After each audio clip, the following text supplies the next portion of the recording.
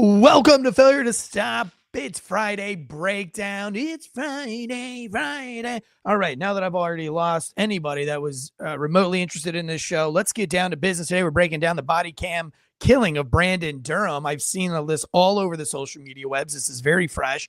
And, a lot of these social media talking heads are like, so let me get something straight. Somebody calls 911, the cops get there, and then they kill him. And he just happens to be a person of color. Checks out. Based. On point. Yada, yada, yada. Again, the news, the legacy media, getting it all wrong in favor of the lunatics and not the police. Why? Why is it that the media always takes the side of the Looney Tunes and just goes off of their story rather than wanting to support the guys who literally dedicate their whole lives as civil servants? Most cops, 99.9% of cops are civil servants. They're involved in their community, in coaching, little leagues, and soccers, and they're in their churches, in their youth groups, they're in the Boy Scouts, they're in all of these things, civil servant, and they provide so much for a community. And then you have these Looney Tunes who don't do jack diddly squat for their community except leech off of it in various ways. And then there's a crash of cultures that comes, and we always side with the ones that do absolutely nothing for society and culture. Today's show brought to you by shieldbox.com and ghostbed.com. Wolfpack is the promo code right there on Ghostbed. It sleeps so good, it's scary. And listen, I'm going to need Ghostbed more than I've ever needed Ghostbed before, because I am traveling back to Western North Carolina, and I will be sleeping in the field for 5 days to include Thanksgiving with my entire family, 7 people in a tent with sleeping bags. Ooh, but we got our Ghostbed pillows. I'm going to bring my massage topper, not because I need to get massaged while I'm out in the field, but because it's just, I like it better than an air mattress, to be honest with you.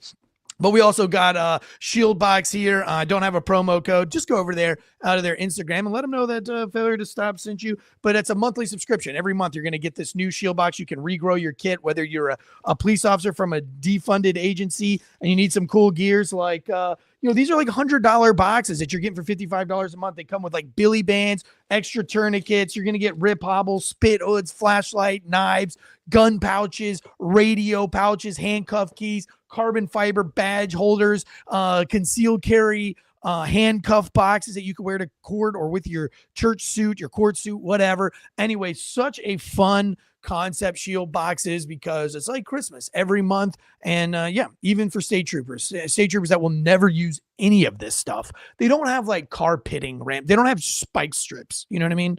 They don't have car ramps for state troopers. Or like laser guns. Maybe they'll have batteries for your LiDAR gun if you're a state trooper. I'm just kidding. Much love for my state troopers. Troopers gonna troop. All right, today's case breakdown is the killing of Brandon Durham. And as I said before, a lot of social media, anti-police social, and I wonder why. And we're going to talk about why. And I think you'll see why. And I would have to say, I really want to start today's show with legacy media has lost their GD minds. GD standing for gosh darn. Gosh darn it, they've lost their minds. They really have.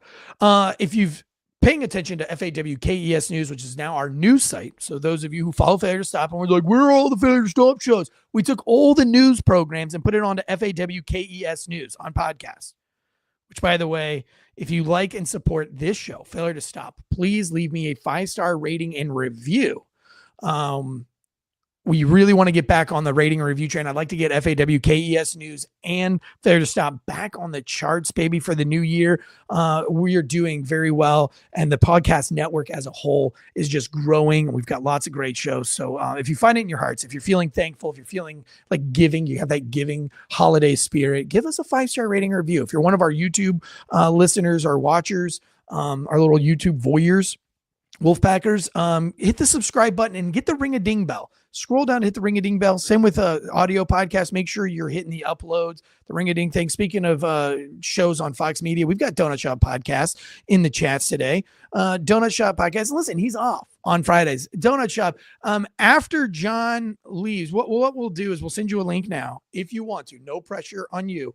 If you want to get down to the body camera footage and you want to weigh in on this, you're more than welcome to. I do have our dispatcher extraordinaire guru on with us, John Bates, here to help break down the 911 audio of this. I mean, this is a pretty complex breakdown.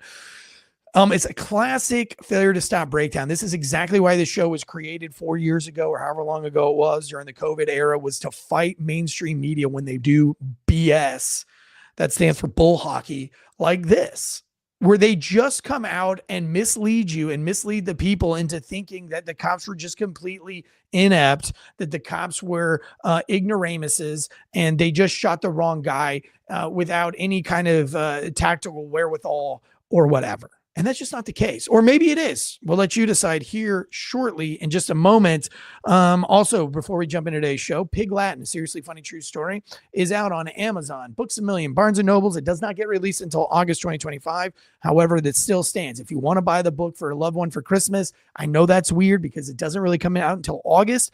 But if you do the pre-order and the pre-sales because you're a big fan or because you just really want to read the funniest book of 2025 or in the history of all police books ever written, Pig Latin, A Seriously Funny True Story, then buy it. Send me a screenshot, send me a DM, and I will literally physically call the person that you bought it for on Christmas morning and say, Merry Christmas. Thank you for opening this gift that your loved one gave you of the pre-sale of my book. Blah, blah, blah, blah. We'll do like a cameo or so. I'll even FaceTime. I don't care because I feel bad that they've released the book so early. The reason why they've released it so early is so that the 60 books that they've sent out to celebrities and influencers, there is a place for them to rate and review it. And then in like March, April, May timeframe, when our marketing budget actually kicks in for the book, that's when we're really going to be pushing it and begging you to buy it. Like, Blair's Place, it comes in August, buy the book. One more last thing before we get into the case. It looks like January 20th, J20. Thought it might be J6. Looks like it's going to be J20. Maybe possibly doing a thing with Marine Rapper in DC. Vanessa, the Anti-Hero podcast guys, they're going to be actually be in. No, I think they will be in for January 20th, J20. Not sure yet. But it looks like J20th will be in DC. And it also looks like we're going to be at Police Week as well, whenever that is. Does anybody know if Police Week is the same week as J20th? Police Week or Police Fleet Week? There's a couple of expos. There's Police a couple Week, of them. the big one. I believe Police Week is in May. Let me look at it. No, there's a January one. Well, maybe you're right. Okay. Anyway, we'll be in DC twice in 2025 then. So just put it on your calendar. May 13th. There we go. Donut Shop, May 13th. I think we're all going to be there. Probably network wide, be partying. But J20th, we're trying to put something together right now. Anybody that wants to get out there on J20th in DC, I know it's going to be like a weird time, but we're going to have a good time. Hopefully getting a live podcast together. So more to follow on that. Get ready. Want to give a quick shout out to everybody in the live chats. Folk around and find out. We got Lazaro Lopez. We got Tyler S. up in the house. We got Lorraine up in here. I'm going to keep scrolling down. We got Naishken from across the pond. Naishken maybe sent me a package this week. I'm not sure. Or maybe he just sent me labels to send him the book. Not sure what's going on. Either way, Naishken, I think I have your address. And what I'm going to do is send you a copy of Office Joe, the new comedy hit series Office Joe. By the way, it is streaming now. Go over to Amazon and buy that. That's $17. If you can't afford it, hit me up with your Venmo and I will Venmo you $17 to buy it because I want to sell as many episodes as we can because one, I want there to be a season 2. And 2, I want them to know that I push the shit out of this book so they write me into more episodes in season 2. So it's not all like selfless, me giving you $17. You know what I mean? There's kind of something in it for me too. But I had a great time being on set for that and working. So I am already mailing a couple of you guys the Blu-ray. Folk Around Find Out's getting one. It's going to be great. And then he says, I think I can buy on YouTube. Yeah, I think you can. So we'll be in Western North Carolina all this week. So I will be off the grid with no internet. We are providing Thanksgiving multiple nights for a couple different families. So all your super chats that you guys have been giving, again, that's all been going back to Western North Carolina just for us to do things like this. The Helene Doc trailer should be out sometime this weekend. I think I'm supposed to be getting the trailer today for its first initial review. And then tomorrow they'll fix up whatever I need fixed up on it or they need fixed up on it. It's kind of like a big group team effort, right? So there's going to be like 3 or 4 people that obviously have some shit to say about it. And then it'll get pushed out probably on Monday. But I don't know. I'm not very picky, so we'll see. And then I will be with the folks from Mercury One all week long, and they have been so generous to all the foundations, Sentinel Foundation, Save Our Allies, all these non-government organizations I've been doing the Lord's work in Western North Carolina. Big shout out to Red Ninja 3 Memes and Beyond the Barrel podcast. They came from all the way down from Indiana to work in Western North Carolina and Swannanoa all weekend long. So that has just been huge. Thank you for them. The other Wolfpack guys coming in from Ohio, Josh and all those guys, thank y'all so much for coming to my home state of North Carolina and doing the Lord's work for us. We really, really appreciate that. And anybody else that wants to come down, I give you my phone number and I'll put you in contacts, and you guys can go out there and volunteer and do whatever it is that the Lord is calling on your heart to do. Go and follow Red Ninja 1111. Red Ninja Memes. I actually got the hat right here. That's what their Instagram logo looks like. Big shout out to Red Ninja 3. All right, here we go. Let's Josh, how would you like to start? By the way, good morning, Josh. I apologize. Good morning. Do you want to do the intro? I do. John, good morning. Hello. Good morning. Can somebody, while we're doing this, get up with Donut Shop Podcast? Yep, already. Oh, Yep, we got it already. Oh, I don't know if he's going to show up or not, but if he does, he does. If he does, he does. If he doesn't, he doesn't. It's okay. But all right, we're going to start with the 911 audio since we have Jonathan Bates. He does our sports show. He also does Com Center. He also does what else you do? You've got your corrections podcast show. You got a lot. John, tell us about yourself and where they can follow you. You could find me on Instagram and I Stand Correct. Yeah, I do a couple shows, Hard Time, Com Center. Fewer and fewer all the time, thank God. But you can find me on Fox News. We do a show with Jason Kiefer where we break down sports and other stuff in the news. Last week, we were talking about the Trump dance, and I forgot all about sports, and I forgot to take my pills, and I went insane, and I started ranting against wokeness. So if you wanted to hear that, you could go ahead. Your show, dude. I mean, I want to see FAWKES News blow up just for the sake of more people need to hear your comedy. And I would love to one day go on tour with you and do stand-up comedy. I think your humor is so funny and so ridiculous. I hate sports, loathe it, but I find myself watching your sports show for the laughs and for the jokes. Like, it's so funny. Each show could be its own little stand-up routine. And I love your rants. So if you, if anything, you want to follow FAWKES News, do it to listen to Jonathan Bates. He's absolutely hilarious. And Kiefer and all you guys is great and vast knowledge of all things sports. And then political news, which by the way, we will have a, how did the Ukraine-Russia war start? That's today on Fox News. So head over there, leave a 5-star rating or review, hit the subscribe button. Let's jump into today's 911 audio. Unless you want to set this up first, Josh, because you're the one that's done the legwork kind of on pulling this. Do the intro. Do the intro. All right. Let's do an intro. Someone click the button. The growing calls across the nation to defund the police. To end policing as we know it. Off the charts violence in New York City. 11 people shot in just 8 hours on Sunday. This is Sunday. about the police officers who every single day put on that uniform and they run towards danger when we run away from it. Oh, good stuff, giddy up. Welcome to the Fair to Stop podcast, the #1 show where law enforcement goes to be informed and entertained. Case breakdowns every Friday and other law enforcement content throughout the week. Live from the Fox Media Group, where we have shows like The Bar is Open with Beth and Greg. We got Low Ren in the chat saying, I enjoyed the Bar is Open podcast. It was fun to hang out in the live the other day.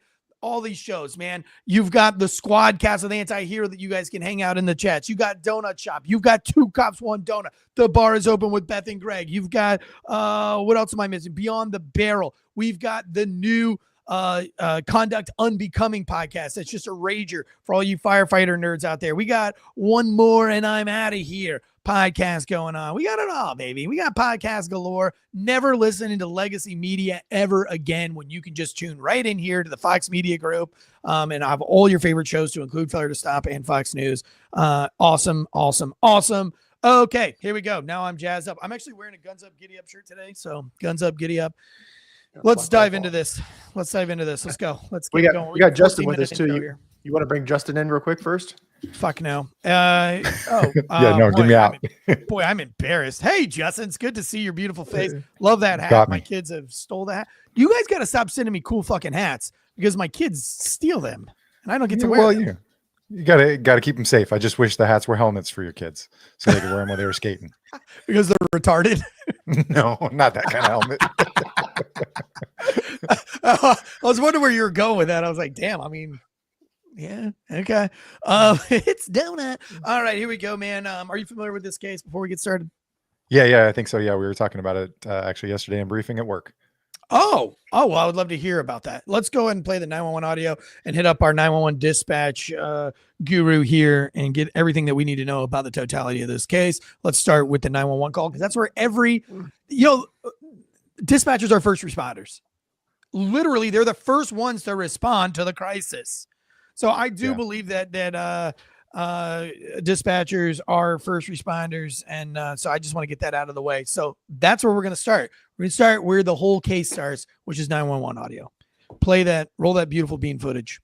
Yep. So this first one is the guy that ends up getting shot. This is his 911 call, and I'm going to stop it right about the top of the shooting, and then we'll go into the second 911 call. November 12, 2024. 0:38 and 43 seconds. 911 emergency, Gonzales 20208. Do you need police, fire? Hello, do you need police, fire, or medical? Yeah, medical. Do you need police as well? Yes. Okay, to what address? If someone's trying to kill me. 6995 Wine River Drive. Okay, is this a house, apartment? House.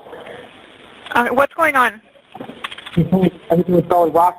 This time, I don't know. He was shooting up the house. All right, you said it was 6995, right? Yeah, I got my daughter here. Okay. And sorry, it's a little hard to hear. You said they were doing what? He's trying to kill people. Who's trying to kill people? These two people out here shooting guns at my house. Did they shoot it at your house? Yes. How long ago? How many minutes? Right now, right this second. You said 2 seconds ago? Yeah. Okay. Do you know these people? Yeah. Okay. Are you inside your house? Yeah. Okay. Are you injured? Yeah. Did you get... So were you shot or how are you injured? I'm hurt. I don't know. I got my hands cut and everything is happening right now. Send someone he's up. We'll be there. Okay. And you said you didn't know them, right? No. Okay. Did you see them at all? They get a shot. I saw one poke their head out there. I'm going to kill everybody. It's okay. Okay. Are they still there right now? Yes. Okay. Are they in front of your house or where are they? Yes, they're out the run. They're all around side of my house. Okay. So is like one in the front yard, one in the backyard, or do you know exactly where they are? Okay. I don't know. Oh, okay, you just know they're outside, right? They're going to kill everybody. You said what kind? They're going to kill everybody. Hurry the fuck up. I already have a call set up. Just keep answering my questions, okay? I'm sorry. That's okay. Is it males or females? Both. I don't know. Okay. Are they still shooting? Yes. Okay. I shot too much already. Too much. Okay. Did you hear that anybody else was shot or no? Yes. Okay. Was it somebody? Are you inside alone or is there somebody inside with you? A friend of mine and my daughter. Okay, and the person who was shot, were they outside or inside that you believe? Inside. Okay, so you think it was one of your family members? Yeah. Okay, are you near anybody or can you confirm who it was or no? We're in the bedroom. Okay. And you said your daughter and your parents, right? Yeah. Okay. And so I asked you earlier, is it males or females? Do you know? I don't know. Okay.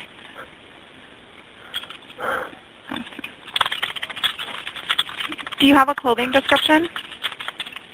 I got no gun. And shoot. You guys want to buy one? Okay. You said hoodies. Do you know what color?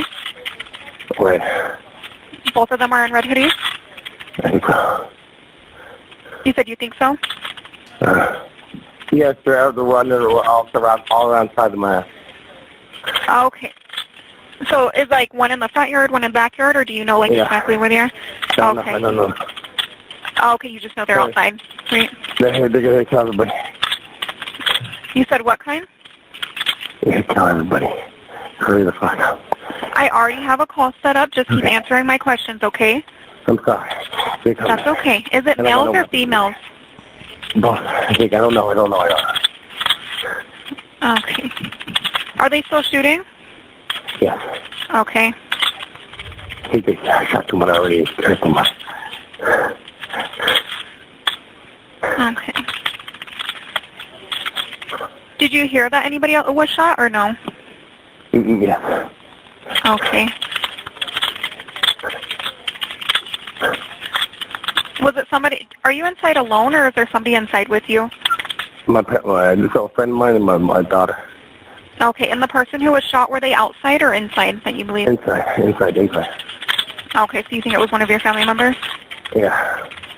Okay, are you near anybody, or can you confirm who it was, or no? I'm in the bedroom. Okay.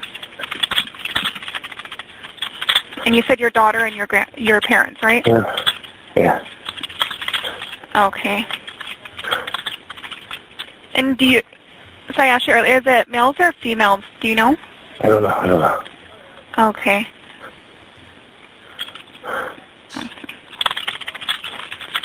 Do you have a clothing description? I got no gun. But and shoot. You guys want me to buy one? Okay. You said hoodies. Do you know what colors? Red. Both of them are in red hoodies? I think so. You said you think so? Okay. Do you have like an age range on them? No. I'm trying to get in the house. Okay. Right now they're trying to get in? Yeah. Okay.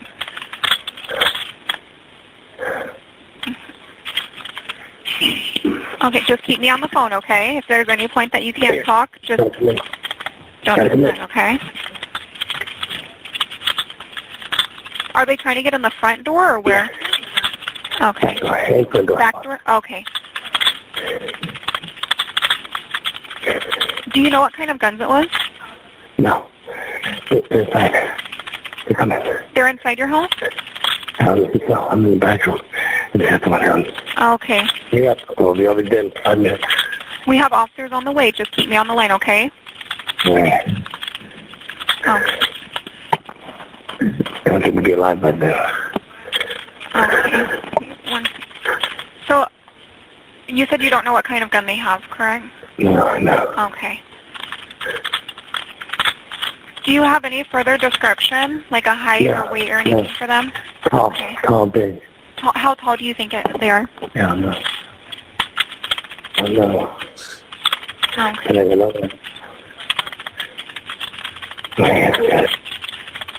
Are they like heavy build? Is that what you mean by big? Yeah. Okay. Here they are. They're in. Did they make entry? Yep.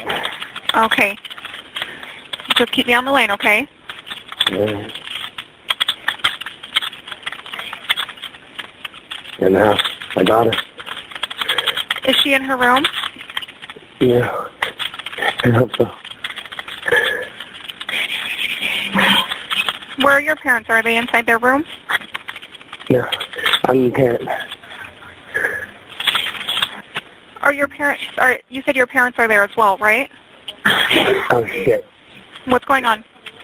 I don't think you're shooting people. Hurry. Okay.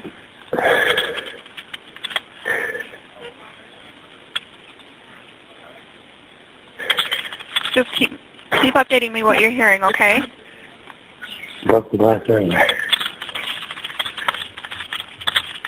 That's glass that I'm hearing in the background? Okay. What color is your house? Pink. Is it 2 stories or 1 story? 1 story. Is there a pool in your backyard? No. Okay. Okay, can you tell if you were shot or not yet? No. Do you see anything? Okay.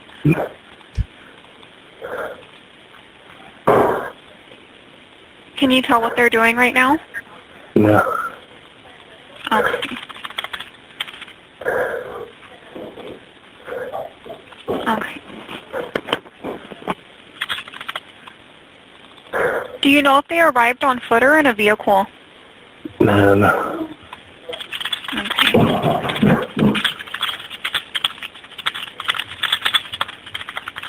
Okay. What's going on? No. Okay. Yes, I know.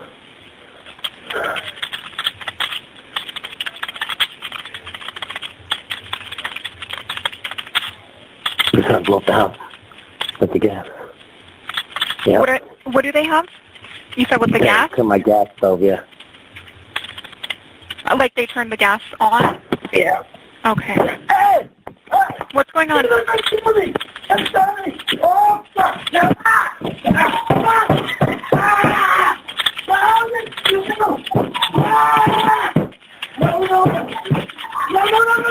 Can you hear me?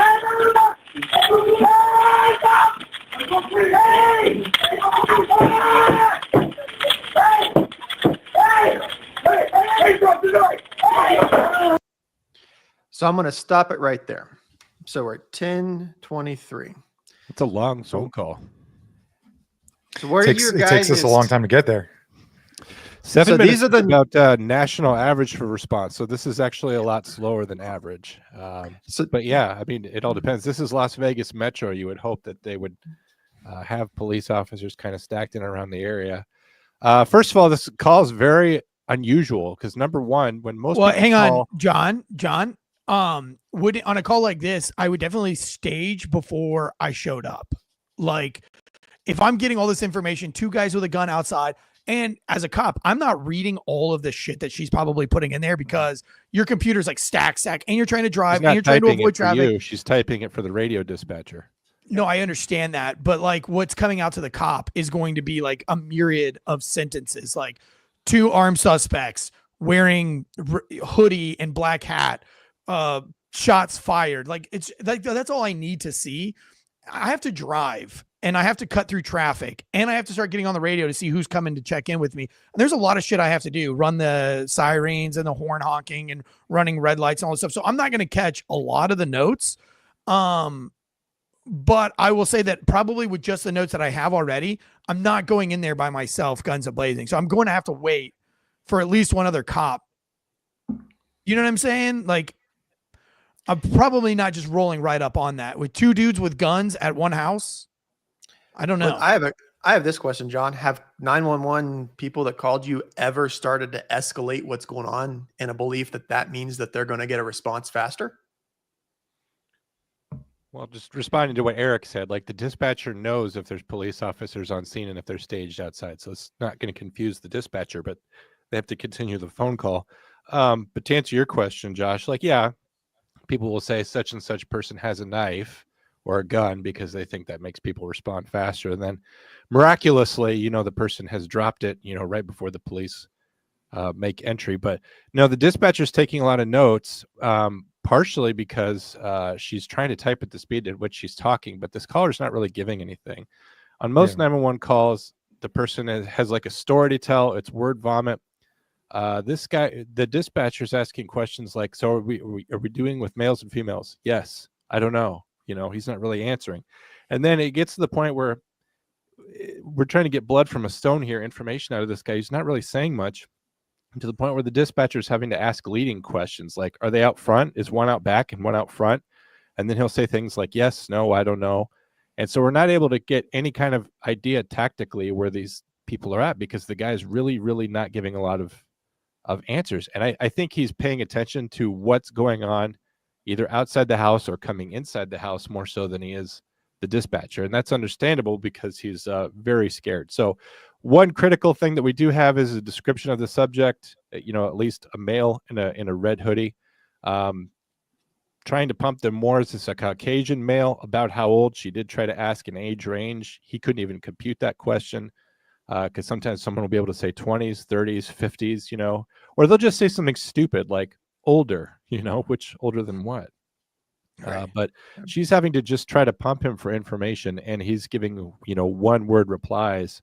And the reason why those questions keep coming back around and why it sounds like the tape's on a loop is because she's just not really getting any substantive answers. If he could just reply with a full sentence saying, hey, I've got two guys outside, one's in a red hoodie and one's in a black hoodie, and they were firing guns at my house, and now I'm inside in my closet or wherever the guy's at, or in his basement or whatever, that would help. So a lot of the information that's coming in and these questions that are being asked, we know that you're driving code 3. We do want to be able to give you updates over the radio as often as we can. But she's locked in talking to the caller. All the notes going on the screen is to help the radio dispatchers keep track. And so if she comes across something that's really important, like callers armed with a pistol, callers armed with a knife, then that'll be referenced on the screen and other radio dispatchers in the center can see it.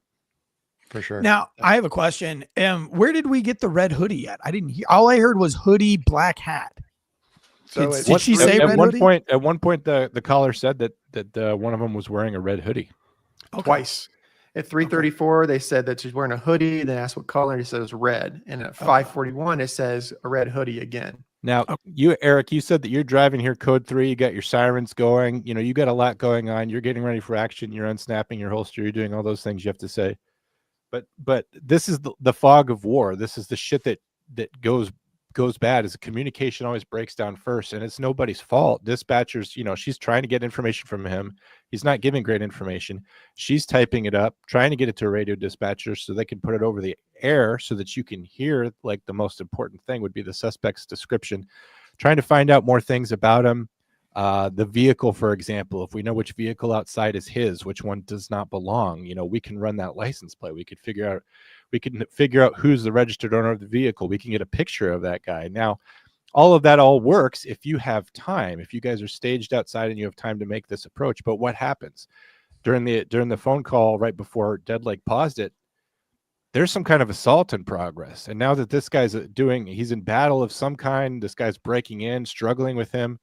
That really foreshortens the amount of time that you guys have to wait outside and make a plan because somebody's being assaulted right now. Well, she said, and I'm guessing this would have gone out on the notes to the officers, was possible shots fired because the suspect said they were actively shooting. I'm telling you right now, I'm not rolling up on that house. If somebody's actively shooting, I'm parking 2 or 3 houses down. I'm getting out. I'm getting my rifle out of its mount. I'm going around the back of my car. I'm scanning I'm scanning the yard in the house and all the advantage, and then I'm trying to find out how am I going to approach this house so I don't get shot. I mean, if you got 2 people outside with guns actively shooting, you can't just pull up on this house. No, you can't. And we would also try to figure out, like, what kind of guns did they have? We normally will ask if they have long guns of some kind, that we're not just dealing with pistols, so that you guys can be aware of that. But also just gives you a better idea of when you're rolling up, what to look for. If you have an image in your head based off of something that we've already told you, that's helpful to you. Right. Somebody in the chat says still no cops. I think what is the response time on this? Like 9 minutes, 8 minutes, something like that. 8 or 9 minutes, right? 8 or 9 minutes. And I would say you probably knock off 3 minutes of that because I bet you the cop was on scene, but you're going to need 2 cops before you approach this. So one cop could have gotten around a perimeter too. I mean, what if they take off? Yeah, exactly. That's another thing. So for the other side of the radio, like the police officers talking, you usually have 1 or 2 supervisors, sometimes way too many, chiming in, trying to bark out orders, just to add to that fog of war that you mentioned. And then yes, they're trying to pull other officers or resources from other parts of the city to, like Eric's saying, set up a perimeter, start that so that at least you have some containment on the scene because you have 2 people that are somewhat mobile.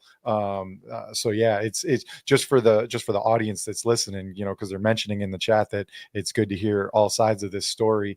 And so there's your fog of war. Then you have also officers chiming in, asking the questions that are probably being asked by the call taker that they're typing in, but sometimes officers get impatient and they're thinking of stuff as they're showing up to a scene. And hey, we're working through all the circumstances. How often so we're do you asking hear those this? Questions. How often do you hear this, Donut, where you're like, Hey, somebody, what was the suspect wearing? What was the suspect wearing? Suspect, the victim's in a red hoodie. And you're like, wait, was that the victim or was that the suspect? And they're like, I think the suspect has a black hat. Victim's a red hoodie. And you're like, yeah. And then somebody else is like, no, suspect is red hoodie. Yeah. You have to say it 3 or 4 times for it to stick to everybody, because like what Donut Shop's saying, like someone else will jump in, a supervisor or something, and they haven't heard anything else that's gone on before. And then they start asking questions. And we had a pursuit recently here in my jurisdiction, and I swear to God, I had to get on the radio like 4 or 5 times to say that it was a white Nissan, because somehow it had transformed into a black Hyundai and all these other things. And with the suspect's description, yeah, you have to put that out a couple times. And not only do you have misinformation, but people just straight up miss it, where they don't know if that information is already there. Another example of that would be in a pursuit. I'm sure you guys have both heard this. What's the reason for stop? Yeah. Yeah. I mean, I did it last night where it came out as an armed robbery of a Dollar General, and I told people, like, let me get there first. Then they're giving out vehicle descriptions and stuff like that, and so then you've got a possible felony, so you can do different things on that car. And I got there, and it turned out that it was an $85 theft that had no sort of threat of violence or anything. The manager just mentioned pepper spray or mace. They always say that something is a robbery, even if it's just shoplifting. Oh, did we lose John? Raises your hackles. Nope, he's there. I hear him. So yeah, I felt my duty as the first officer on scene was to really get that information out, so that these guys, hey, slow the horses, like find the car, but understand you're dealing with a misdemeanor theft. So just to kind of, as we're doing, elaborate on that fog of war that everybody's getting to hear us talk about. Yeah, and I mean, too, that we're assuming that all the information given is correct, because we've never had swatting calls. We've never had calls where they're trying to get police there to ambush them. What would be a good call to get a bunch of cops to? A shooting in progress, and then it escalates to they're trying to surround the house, and escalates to now we're trying to blow the house up. I mean, that's going to get a large response. So we've never had swatting calls. We've never had ambush calls. And the call taker, they're very like vague with what we're getting information. So maybe the call is what it is. Maybe it's not a real call. Maybe it's something completely different. But let me play this next 911 call. So this is a neighbor that has called in that has woken up to some of this chaos. Ready? 1 second. 911 emergency, Munson 17893. Do you need police, fire, or medical? Police, please. What address or location?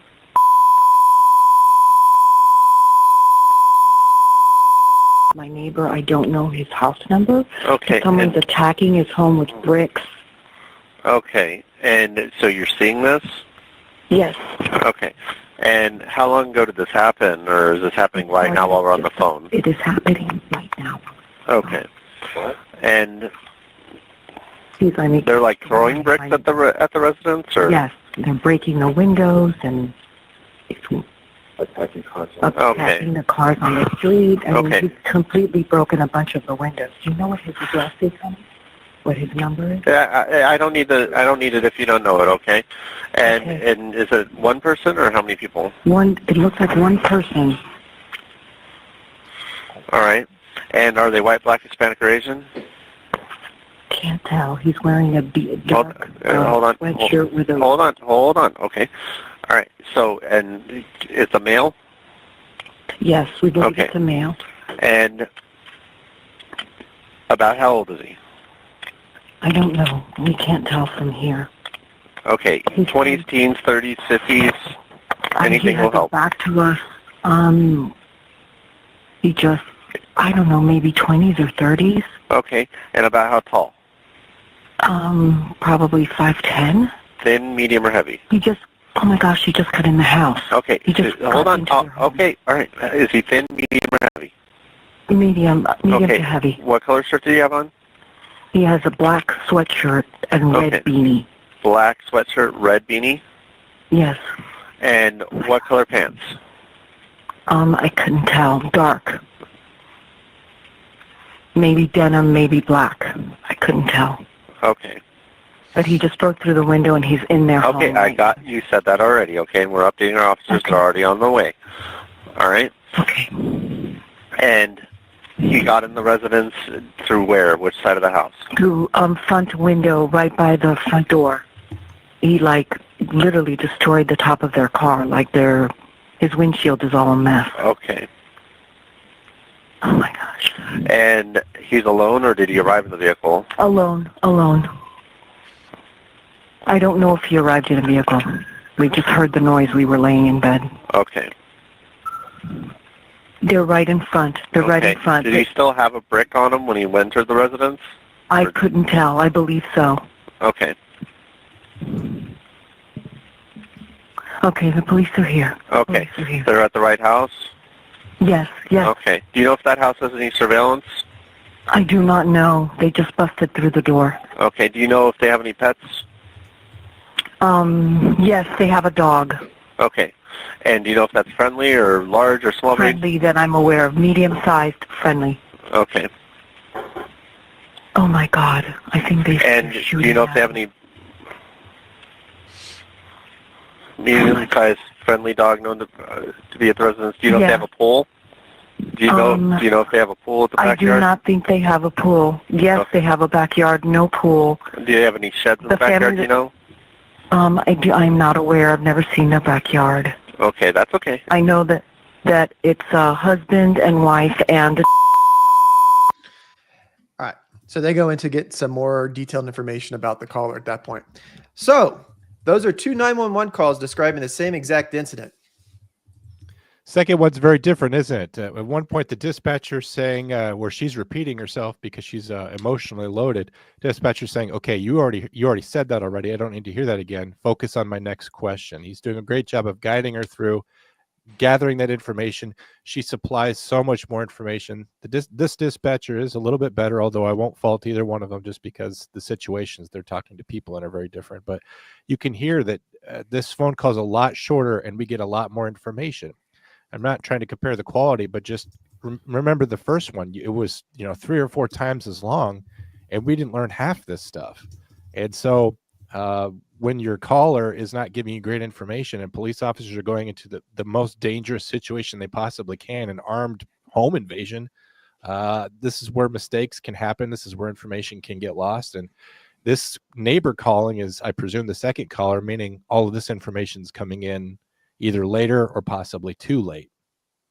So these calls are going concurrently. So while he's on the phone, the decedent is on the phone, the neighbor is also on the phone. So they're two call takers getting the same different information at the same time as well. From different views.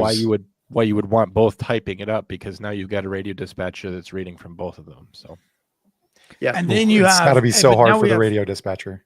It's not we easy. have two different suspect descriptions now too. We do, and that's why we're trying to figure out how many suspects are there, and we don't want you to get there thinking there's 2 and then there's possibly a third, which we know that you're going to go and presume that there's extra and clear the area anyway, but we're just trying to give you the best possible information.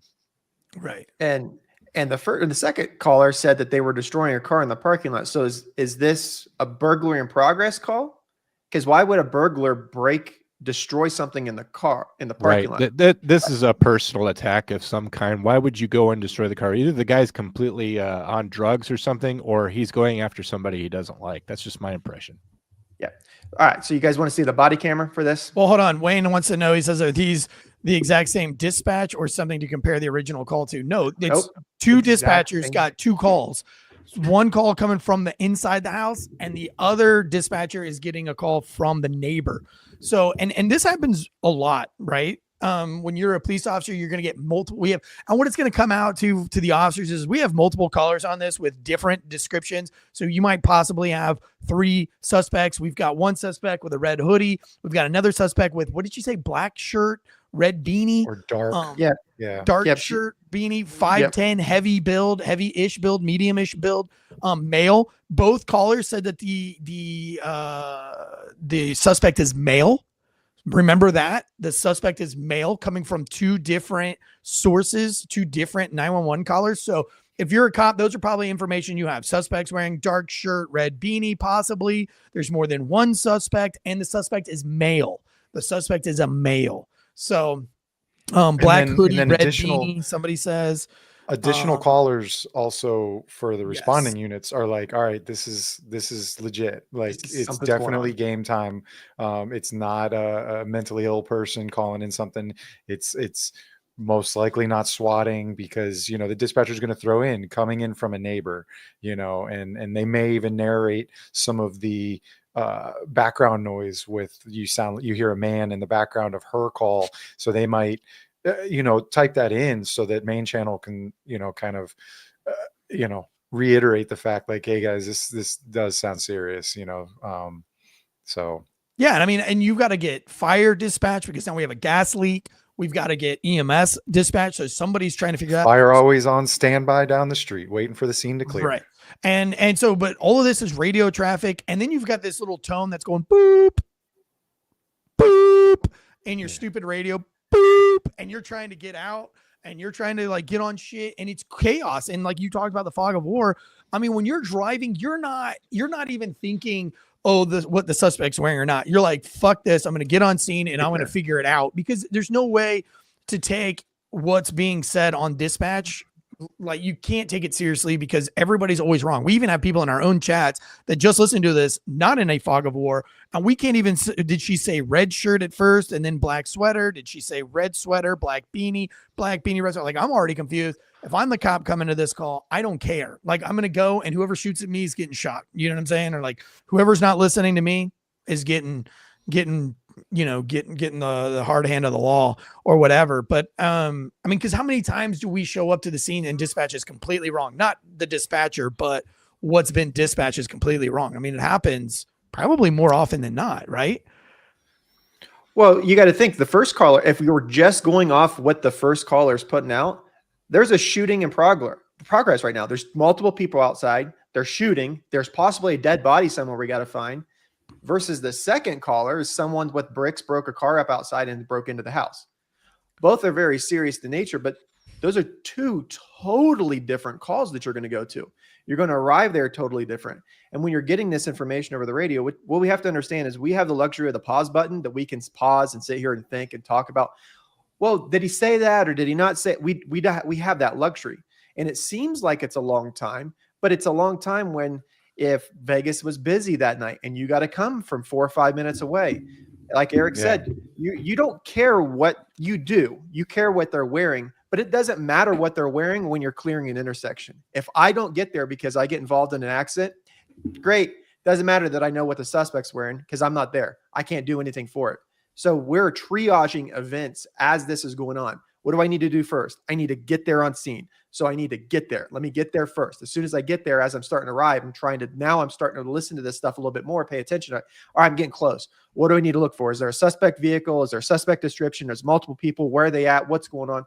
As you get there, because now that information is going to be more pertinent. That's going to be more valuable. That's what you're going to need when you get there. But this is all, it seems like it's a long eternity of time. Drive across the town to go pick up a prescription. Just go to the grocery store to get a gallon of milk and come back. That's going to take you 15 or 20 minutes to just go get something very simple, just a very simple errand. Now we're going to give you the luxury of being able to have lights and sirens, but still it's going to take you a minute to get there. And it's not that the call comes in and it immediately gets dispatched out. They have to find out where they're going. They got to find out what they need to dispatch. They need to start getting that stuff sent. So there's a little bit of a time to get this stuff rolling, get the ball rolling. And once the ball gets rolling, then you're starting to get that information at the back end. And he's like, is someone injured? Yeah. What are they wearing? Yeah. Because there's a period of time in the beginning where his every answer is yeah. So I don't know. Well, and he also sounds like he's been shot. John, would you put out that the caller might be shot? He indicated at one point that somebody was shot. So I didn't know if it was him or someone in his family or if it was him, but his non-responsiveness could go in line with that perhaps he's in some kind of shock or not doing so well. Would that be put in the call comments somehow that like, yeah, I mean, if we've got somebody shot, I mean, that's going to change your whole timetable for a tactical rescue, right? If you get somebody inside that needs to be rescued. Right. Yeah. All right. Let's see what the cops have on body camera. Let's see what the cops did in this incident. All right. So in the body camera, it's coming to us from Al Jazeera. That's the only place that I was able to find without as much stuff, and they still have some stuff over it. All right, so here we go. 3510 medium build, red beanie, wearing a black sweatshirt and dark shorts. Wait, go back. I'm not Black seeing the video. sweatshirt. Is the video on, or is it just not on my side? I don't see it. I don't see the video. Can we restart that? What was the suspect? No. Hang on. Let me do it from my end. Failure to start the video. Oh my God. Why is this being so gay? I have no idea. It's a video file, so that it should be showing me up in video. Try taking it out and reloading it up. Okay. You want to do ghost bed while I'm doing that? Yeah. About ghost bed. Today's show is brought to you by ghostbed.com/Wolfpack. It sleeps so good, it's scary. Listen, Christmas is right around the corner, and what a better gift than the gift of a good night's sleep. It is literally the gift that keeps on giving and giving and giving. And I'm not talking about an STD. I'm talking about a beautiful night's sleep. So head over to ghostbed.com. Use the promo code Wolfpack. They've got the adjustable base, the original Ghost Bed. They've got Ghost Bed with healing technology in it, with the copper fibers and the tennis players all put together. These are beds made in the good old USA. I've been down in the facility. I've seen their research lab, their research facility, where they make the Ghost Bed. I've been to their call center. I've been to their showroom floor. All of this down in Florida. It was a great time. I was with Conservative Ant. We're so proud and happy to have been with them for 4 years. Huge supporters of law enforcement. So support those who support us by going over to Ghost Bed and use the promo code Wolfpack. Also, we have Shieldbox. Shieldbox is a monthly subscription, $55 a month, and they are going to help you upgrade your kit. So whether you're a law enforcement officer, maybe you're a security guard, maybe you're church security, or maybe you just want some cool police gear, this is a monthly subscription that has over $100 of value in each box. And every month you're going to get new stuff to upgrade your kit. Mag pouches. You're going to get radio pouches. You're going to get handcuff pouches. You're going to get handcuffs. Really nice handcuffs. The ones that you just flick with your finger and they all the way around with really unique handcuff keys so that nobody else can hijack your keys. One of my shield boxes came with a new handcuff key clamp that clamps onto your belt. It's a little bit lighter, but still super heavy duty, so that if you're getting in a foot chase and you're, diving down on each other, diving down on the concrete, tackling people and all this other shit, it's not going to snap off. They've got spit hoods, because we know how hard it is to find a spit hood in your agency these days. And then the spit hood you do have, you don't even know where it's at, and you don't even know how to do it. So they got spit hoods in these things. They got rip hobbles and these things. They got the new rip hobble, the one that comes in this kit that I just opened today, just before the show. It's one that's got this really cool carbon fiber handcuff case that you wear around your neck. It's got like a little 550 cord kind of necklace. But this is the rip hobble that came in. It's called a hobble strap. It goes around the ankles and then up to the hands, and it hobbles you from the front. So you don't have that you don't have that risk of having your knees behind you and your back contorted behind you to where you die of positional asphyxiation. This is one that they can literally rip hobble you while you're sitting in your seated position, so that you can pick the person up already in the seated position, slide them into your cop car seat, and they can't like roll over and kick your windows out. It's actually, I watched the video on how to apply this one. Way easier than the rip hobbles I was given when I was a cop. And this one's just called a hobble strap, and it's made by Gould & Goodrich, made in the good old USA. So that's really cool. Another one, Taylor spit hoods, really nice, high quality spit hood in this particular case. What else did they give me in here? These tourniquet straps. Now these are cool. You can wrap these around your rifle, strap a tourniquet to the buttstock of your rifle. That's actually what I use these things for. But you can also put these on any kind of Molly gear. They're just straps that you can pull tight, and you can mainly I use these things for mounting my tourniquets, but you can use them to mount just about anything you want. They're called Billy bands. Really cool shit, medical Billy bands. So anyway, this one also has that breaching ball. I don't have it in here, but it's this big weighted mace looking ball, a whole bunch of spikes. It's heavy, and you throw it through a windshield and it shatters the windshield for you. It's called a breach ball. I think it would be fun to use. I don't know how practical it would be to use. Like, hold on, let me get my breach ball. Where would you even put the fucking thing? But I thought it was pretty cool. We're going to mess around with those on midnights, throwing them to each other. And you said it has spikes, right? Hurt. Oh, it would hurt. And dude, listen to this. So the ball on your ass baton, you can unscrew that ball from your ass baton, and this will screw on like a fucking mace. It looks like literal a mace, but it's so you can whack somebody's windshield and it would shatter. But I'll tell you what, you hit somebody with this ball in the face, it will kill them. Like it will crush everything in their face. So yeah, I mean, you're definitely not supposed to use your asp on somebody's face anyways. So no, but I'm saying like let's just say you throw this breach ball through a window. Oh yeah. And that pitch goes through the window and into somebody's face. They are foobarred. But I mean, it's still really cool. Not sponsored by Breach Ball, obviously. No, but you know what? So I went to this UFC party and all the SWAT guys were there and I handed it to them and they were all like, yo, this is badass. And like everybody was just like fantasizing about how to use it. And like one guy mentioned, like, what if you had your baton and you tied a chain around this and then you tied a chain around the ball and you had like a full on mace that you could just, I mean, I'm talking like end of days, World War III shit. Like, dude, let me take this thing to war. Exactly. Awesome. I was just thinking you should save it for, end of days or for, the zombie apocalypse. That'll be perfect. Or just like imagine somebody running from you in the end of days and you get up on the highway overpass and you just drop this ball and they just drive into the ball at like just and they've just got this mace ball stuck in their skull. God, that'd be so cool. That'd be so cool. That would be cool. Okay, did we get this video up? All right, we're gonna try it. Ready? 10 medium build. Yes. Red beanie, wearing a black sweatshirt and dark sweatpants. So as he's getting out of the car, they're putting out that information. He's got a radio. He's got a portable radio. He's not just depending on the car. Yeah. So I just want to point that out because people are going to say, oh, it took forever for them to get there. And we heard the information through the 911 call. All right, here we go. Red beanie, wearing a black sweatshirt and dark sweatpants. Oh, is it just going to be paused this whole time? Hey, no. Fuck. Is it playing on your side? No, it's playing on my side. Oh, it is not playing on my side. Can anybody else see that?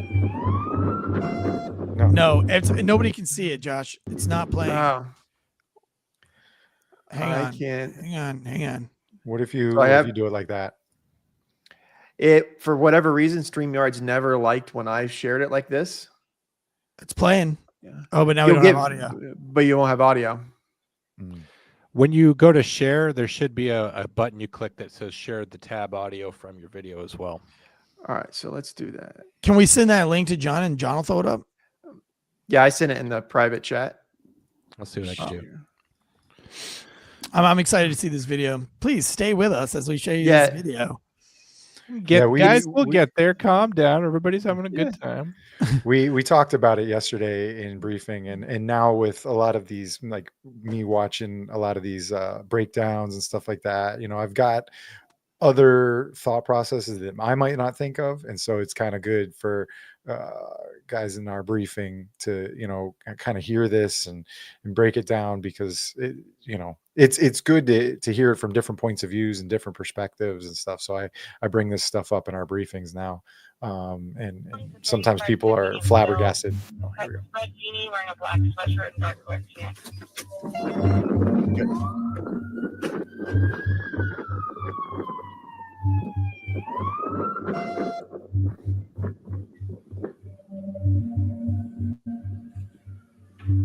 Hey, they said they made entry. We got to go in there. Yeah, we have to go in.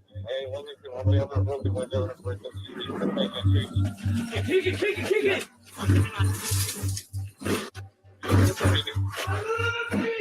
Metro police! Metro police!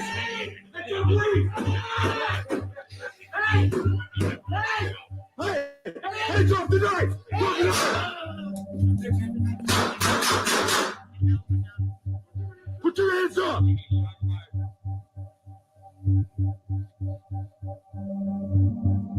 The events happen very quickly.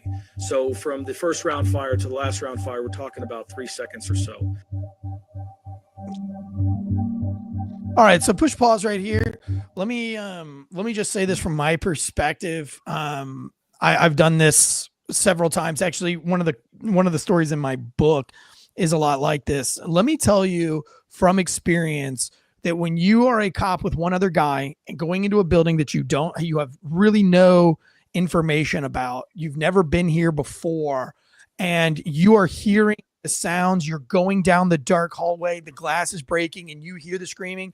I cannot express to you how far your adrenaline is pumping, how hard the adrenaline is pumping through your veins. I cannot force you as a civilian or somebody who has not been in this situation. I can't even express this to an infantry guy or anything, that because a lot of times in the infantry, yes, your adrenaline is huge, right? Like my adrenaline spiked in Afghanistan several times on several different operations, but never did it spike the way it did as a cop. One, because I don't have 10 guys behind me and I don't have a fucking full auto rifle and hand grenades and all this other shit.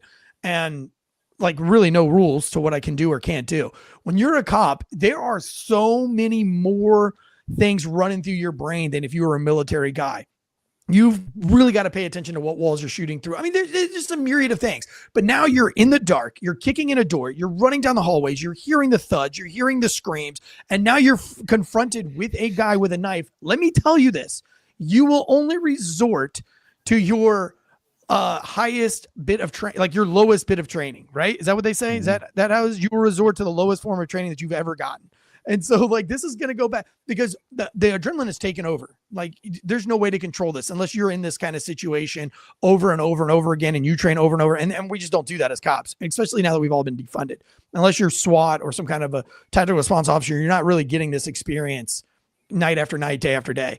And so now you're going back day one academy. Guy's got a knife, put the knife down. Guy doesn't drop the knife. Guy gets shot with the knife. Like there is this lack of, well, why did he shoot him? Why didn't he go back to what the dispatch said and what the suspect description was?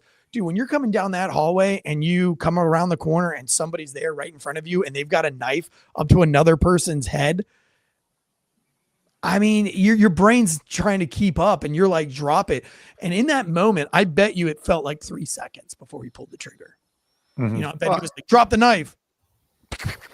Well, it happened so fast, and they goes in there with a flashlight. Not sure why the lights weren't turned on, but Donut Shop, I'd like to replay it and just hear your play-by-play as we go through it, and just see how it goes, just because it did happen so quickly. They get out of the car, they make entry into the vehicle, and then they're inside the house. They hear this guy screaming, and they don't have time to think. They only have time to react, and that's what you want from police officers. If they had stood around thinking about a plan, we might. That's what people in Uvalde get accused of. Yeah, no doubt. I mean, kudos. Like they're approaching. They're coming in there, and they're moving. Like they're going in to handle business.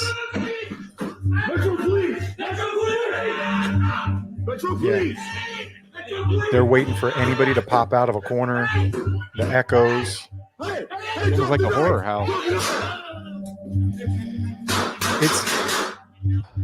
And as for the shooting, the 5 times, of course, no surprise. Look at this. This is coming from Al Jazeera, which they have nothing but to gain by making us as Americans look bad in all of their media.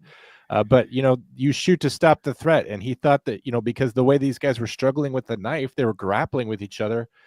It was really hard to tell. And he had to make a judgment call in a fraction of a second for a guy who's armed with something, which, by the way, he's well within a reactionary range. That guy who has a knife, he can kill anyone who's around him. Everybody's within 24 feet. So that knife is just as dangerous as a gun.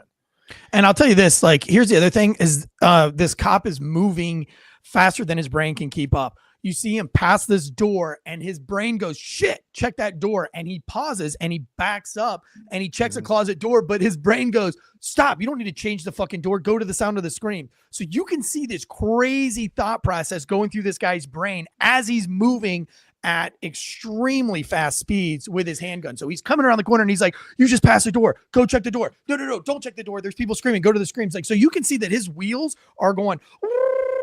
And to speak on that, with the training and stuff like that all these agencies are going through right now, focusing on active killer, our normal thing that we're going to do probably once or twice a shift is clear an open door on an alarm, which most likely is going to be an empty house, similar to that. Especially if you work on midnights, it's going to be dark. You're going to come in, you're going to try to find a light switch, but you're like, all right, let's move through, let's get this house cleared. And those are the times when you see a closed door, you're going to pop it open, you're going to go in that room, you're going to clear it.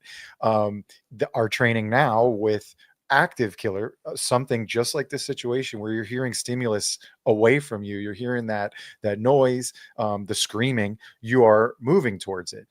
But our problem is we've, the active killer stuff and the active killer training is only in the last 6 years, 7 years, maybe. So a lot of us like me, that's a 19-year guy, started with the slow going into every room. And so sometimes you're just what Eric was saying. You're kind of flipping that switch back and forth, and you're like, wait a minute. No, not check that room. Got to move towards the noise. Got to move towards the noise.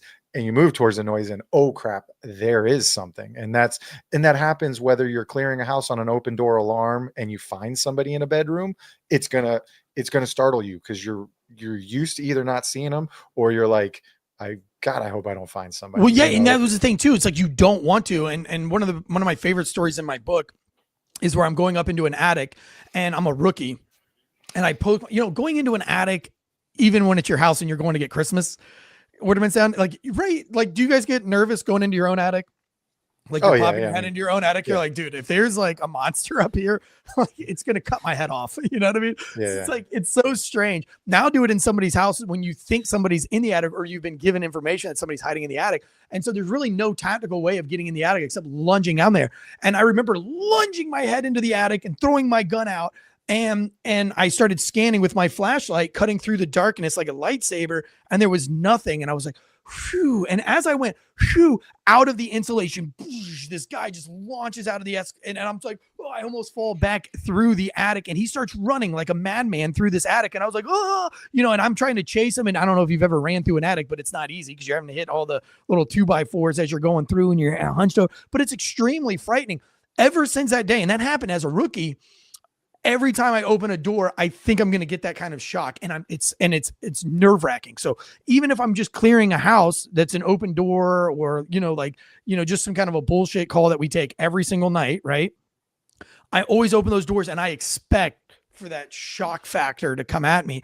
And I think it does. It's not good because now I'm going to shock instead of engage. I'm now going to be jumping back, which is not good either. So, when you come around that corner and there is somebody with a knife, this cop was good. He didn't have that, oh shit, and back up and then engage. He came around and was like, put the knife down. And then he engaged. That's actually way more tactically sound than a guy like me who would have came around and been like, fuck. And then I would have then engaged. Right. And then you run into issues where you bump into your backup, your officer that's right on your butt, trying to cut that corner pie with you to engage if needed. I mean, he engaged in the chat. They're asking, is there going to be there's obviously going to be within that split second, how is somebody going to react when somebody with a gun points it at them and says, drop the knife? Like, do they immediately know to drop the knife? I mean, they're still in fear for their life and threatened, and it's a great argument for court, and it'll end up going there. But there's a lot of reasonableness to the situation that we have to take into account with everything that they see. And we can sit here and pause it. That officer didn't get a chance to pause it and say, let's analyze exactly what he's potentially seeing, because there's really he's the only one that knows exactly what he saw. The camera doesn't really know what he saw. Yeah. And I mean, this can happen very, very easily. I mean, it's happened to me in court. I tackled somebody in court one time that was beating the shit out of somebody that came into court and started beating on a woman. And I went and tackled, it was another woman beating on another woman. And I tackled the woman, and I'm on top of this woman, and I am like literally in the fight, and people were screaming. And then all of a sudden this sheriff comes in, and because we're at the back of the courtroom, the bailiff was, I guess, getting the judge out of the room or something. I'm not exactly sure where the actual bailiff was at, but the guy puts his fucking taser on me, and he's like, let her go now or you're getting tased. And I'm like, yo, I'm a fucking cop, but I was in my suit and tie. And so again, because that's a learned behavior, when I was in any kind of altercation in my brain, like if I'm war gaming this, I know in my brain that what I need to do is be overtly clear. If there's ever a situation where I'm in a mall or something happens and I need to pull my gun and put something, I need to be like, I'm the good guy. I'm the good guy. I'm the good guy, because you don't know, once you start doing shit in the jungle, the lions aren't going to really, they're going to see a prey and they're going to go for it. And so in this instance, this is why qualified immunity is so important to police officers, because this cop didn't do anything wrong. This cop was put in an extremely bad situation, a bad scenario that literally you put 50 cops in a room. This is how I judge everything. Or you put 100 cops in a room, whatever it is, 50, 100 cops through a scenario.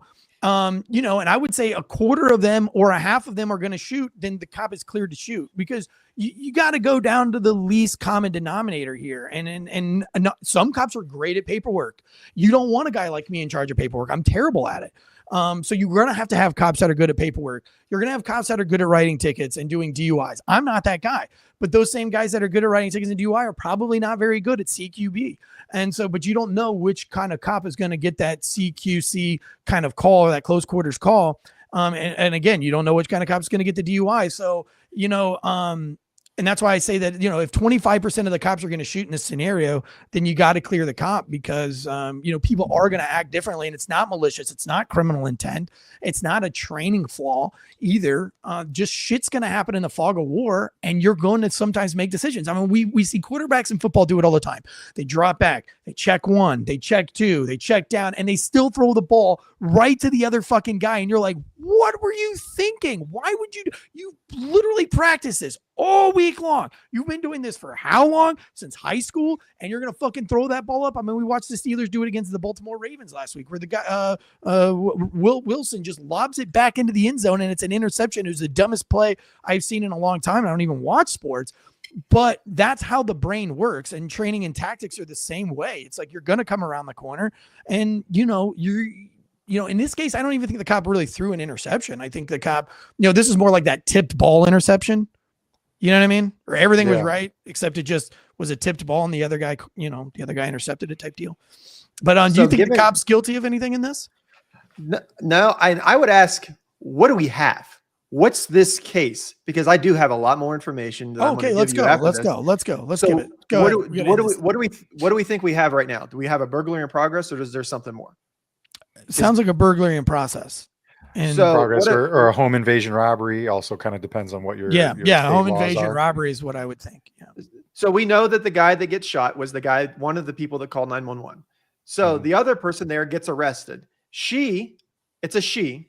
Oh, she's 31 years old, and she made I thought the suspect was a male. Nope. I wanted the cops to shoot me dead, and I wanted Durham to live with the wreckage that I caused in his house, end quote. Okay, so scorned lover. So bingo. So let me go back here to court documents. This is the civil rights attorney. This is a quote from the civil rights attorney. We know that there was at least one previous encounter with the same suspect at the address where the police were involved at the time, previous to the weeks of this actual shooting. The suspect was believed to be an invitee that someone that Brandon, who's the guy that got killed, knew and invited to his home, but refused to leave. And then the police were contacted about that time, and Bourdeaux, this female, to our understanding, was issued a trespass warrant and told not to return, and was told not to have any contact with Mr. Durham, and did again until this incident, which police were called. So at what point? I thought he said he didn't know who the suspect was. Yeah. In a 911 call. Yeah. So at what point in any of this is the civil rights? What point did the office, this is a scorned lover, went back to her boyfriend's house, destroyed his car in the parking lot, and broke in. They got into a fight. It was a domestic assault in progress, and the police got there, and they unfortunately shot the wrong person. Well, they shot a male. They shot the suspect, which was a male. But what was put out initially... Eric, I don't want you as my defense attorney. just going to sit up there and make jokes like that. What was put out initially was at least 1 to 2 people, and they're shooting, and there's a dead body. Yeah. That is a totally different situation than my ex-girlfriend's breaking into my house and she broke my car. If you had accurate information. If you wouldn't have been a fucking hyperbolic asshole trying to roar shit up and create drama, you would still be alive. Like if you would have said, yo, my girlfriend is trying to break into the house, my ex-girlfriend, with bricks, you know what I mean? Like you would probably still be alive. But because you lied and you knowingly lied. And we've got hindsight, of course, now with this information. And I believe I heard the call taker bring that up, say, do you know these people? Do you know? Because he had kind of described that he believed that there was 2 people outside. And and that the call taker said, do you know these people? And I think he said no, because No, he at least said in no. my I head, heard him. I heard him say in no. my head, I had the inkling that he was admittedly saying, I don't know who's outside my house. You know, like, granted, if it was like a drug rip gone bad or something like that, I don't think a drug dealer is going to go, well, I was supposed to meet somebody to deal drugs, and I think they're coming in because I've got $20,000 in my house. They're not usually going to be that forthcoming with information either.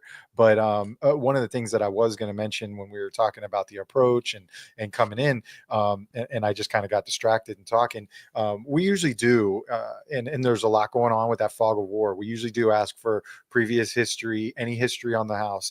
You know, like when I mentioned somebody with mental illness, oh yeah, we've got 7 calls coded out in the last 3 months, all related to mental illness calls. So, you know, we'll get some of that background. So that would have, or if it's, we've got 2 calls of domestics. One was recently arrested for domestic battery, or someone was trespassed from the residence. So that would end up giving someone a little bit more background. And that's why that radio chatter gets so muddied up, and the traffic just gets so hot and heavy, because people want to know all this information. And that main channel dispatcher's got to multitask, read that list of stuff coming in from 2 call takers, listen to all the supervisors, all the officers, and try and get all that organized, that field general marshaling all the information together. And it's tough, and I love them for that. But you know, that's one thing that would have helped for sure, knowing a little bit of history. Granted, history could be different, but or different than this situation, but that happens for sure. Jeremy 95531 says he lied because we all know how long it takes for a non-emergent response. I would say maybe that depends on where you're from. The average in Raleigh is 6 minutes from any call, like whether like that's a break-in. I mean, unless it's a low priority call, but a domestic violence call is priority 1. Guess what a shooting is? Priority 1. So like there's no difference in response time to a domestic versus a shooting. I don't know, maybe where you live, it takes a long time, but like, you know, and I've heard this argument from civilians before where they're like, what takes the cops so long? As if the cops see a call and they're just like, you know what? I'm not going to go to that call, or I'm going to take my sweet ass time. Like, I've never done that on a call. I've never taken my sweet ass time on a call. Unless, you know, the only time that, you know, I've even heard the complaints like, what took you so long to get here? I'm like, well, it's Friday night and I had like 8 priority 1s. And this was a break-in that you don't know when the break-in occurred. And you came home from work at 5 and you left for work at 6 a.m. And so like there's nobody on scene. There's no threat. And I've got like 4 priority 1s that we got to go. And we're trying to, you know, and even then we're only talking like 12 or 13, 14 minutes. But also you got to take into account that if you're in a sheriff's department in Johnson County, I mean, Johnson County is like one of the largest counties in North Carolina, and to get from one side of the county to the other is insane. And so if you've got cops tied up on DUIs, you got cops on bar fights, and you know, think about this, like if you're near Miami, you know, let's say this, you're in Miami and it's a Friday night and you've got a big gathering at, you know, the town square. You know, they're probably going to dispatch like 20 or 30 cops to go down there and be a show of force. Okay. So now if you got 20 or 30 cops, because there's always a shooting, you know, Friday night when a big, large group gets, you know, amped up like that, now you've put all your cops on the dots, essentially. And then, so it's going to be harder for cops to get dispatched out there, but I don't think it's, you know, I think it's more often than not that cops want to get there in a timely manner. You know, unless you're in one of these like super defunded towns. And then in a case like this, again, domestic is going to get you there faster. But I mean, I think it's a very poor decision on this guy's part to talk about people being shot. Like when you know nobody's been shot, when you know that there's no gun involved. And here's the thing. He knows all this and he knows who she is. And you're telling me that 1, he can't defend himself against her. And 2, he can't just walk out the back door of his, I mean, I get it, like castle doctrine and all this other stuff, but I kind of feel like this guy escalated this shit. Yeah. And I mean, that just goes back to the, common sense isn't common for everybody, That's true too. How many times have you lived through this situation in your life, Eric, as far as you being the person sitting in the closet?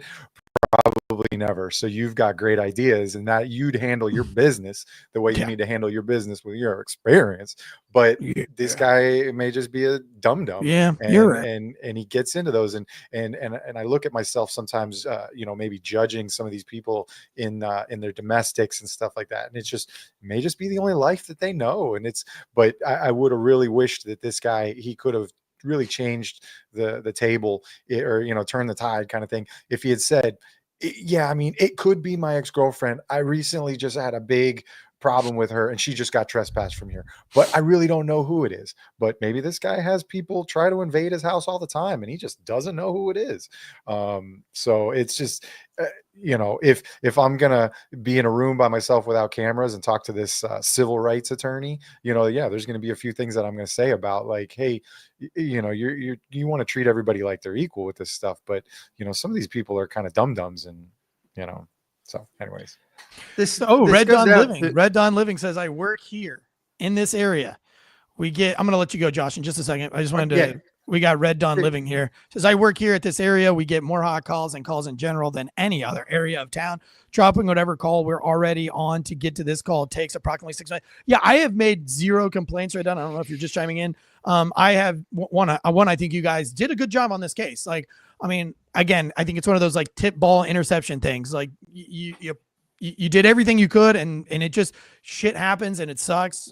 Whether it's bad information, poor information, there's things we can learn from it. But I think this is just one of those, thank God we have qualified immunity on a case like this, because trying to make those split second decisions, you're not always going to throw a touchdown. And in this case, it's a tip ball interception if we want to go the sports route. I don't sports, so I apologize. But I said that 8 minutes to 9 minutes response time is not unheard of, especially when you're trying to decipher all the information and then you're staging your vehicles as well. And then you've got to wait for other officers to get on scene. And now we're trying to get ambulances and fire trucks staged. Like, there's a lot going on. I don't think that it's unreasonable for 8-9 minutes, even shit. I'll go out as far as 15 minutes on a call like this in Vegas. And we know that traffic in Vegas sucks. Like, on the Strip, it sucks. Vegas is pretty.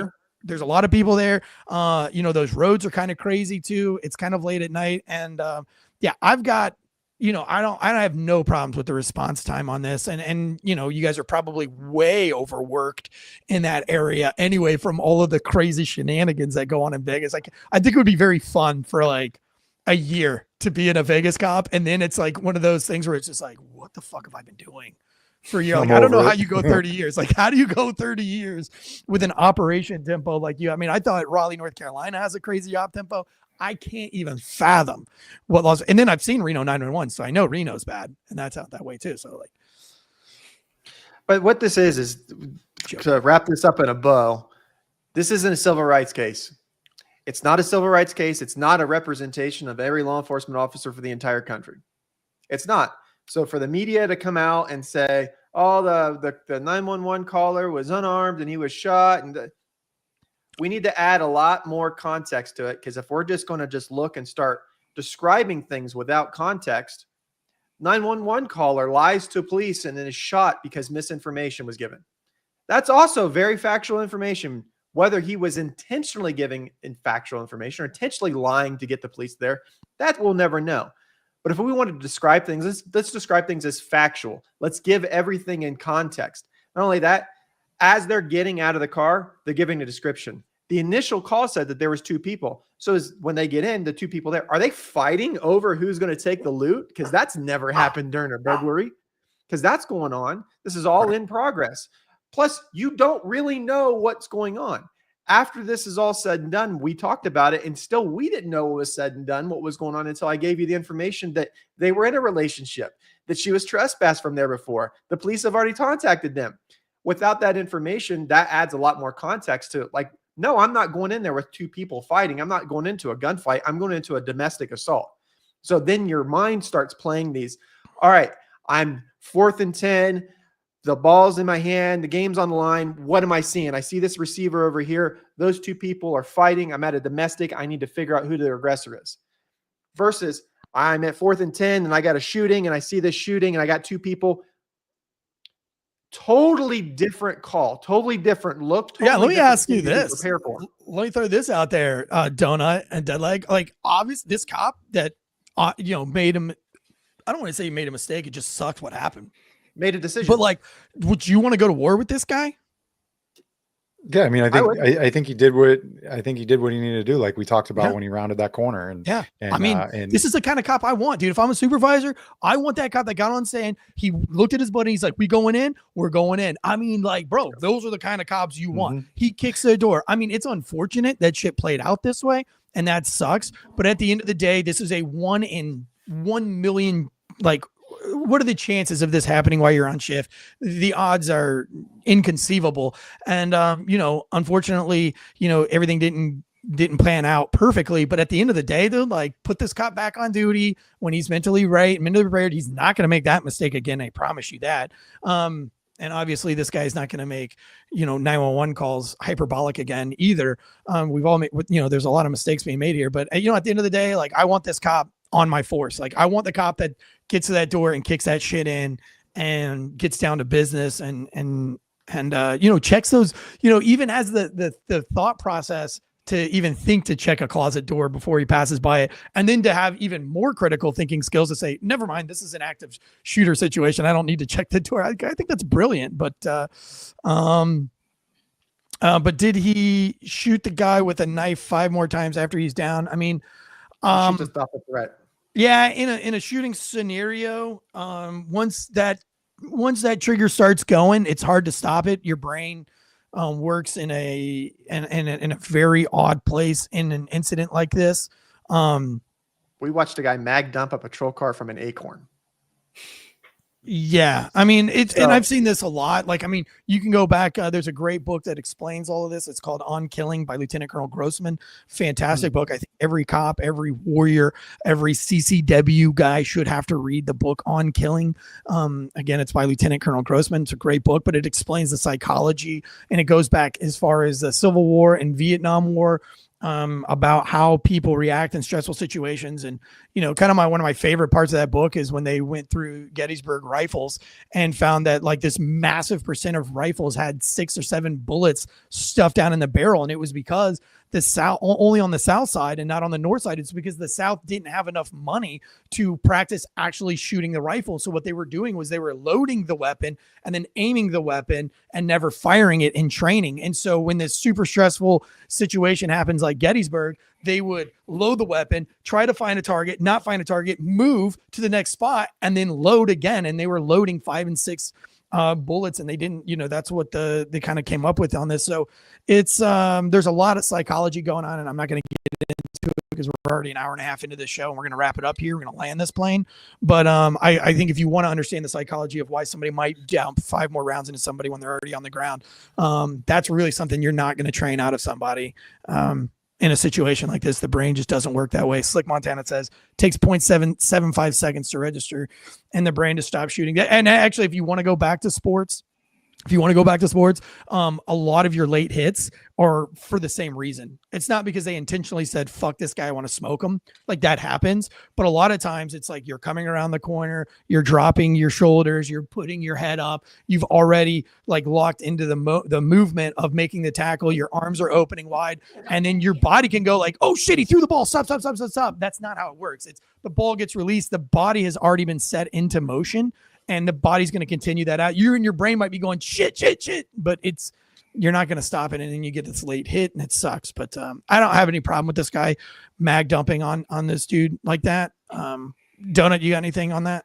Yeah, no, well, and then Armory Night brings up, you think the cop might hesitate next time. You never know. Everybody's different. Everybody's got some different everybody's got different psychology, with cops versus maybe military. There's different circumstances and why you're there and what you're doing and what your job is on a daily basis. So yeah, there's definitely going to be scars for that type of scenario. And that's like Eric said, you know, when this cop's mentally ready to go back, and you never know when you're mentally ready to go back and what's gonna cause an issue in that sort of scenario. So you really got to listen to yourself and figure out, you know, what's going on, and you know, to get your head back into that game, so that you can go in there and not make a tragic mistake. This is gonna eat this guy up. One, this is terrible for this cop. This cop's never gonna let this go. This shit's gonna creep up on him, and he's gonna have to fight that his whole life. You know, luckily the things that creep up on me aren't what's seen as a mistake. I don't even want to call this a mistake, but like an unfortunate incident. None of my incidents were unfortunate, you know. All my incidents were justified in whatever I was doing.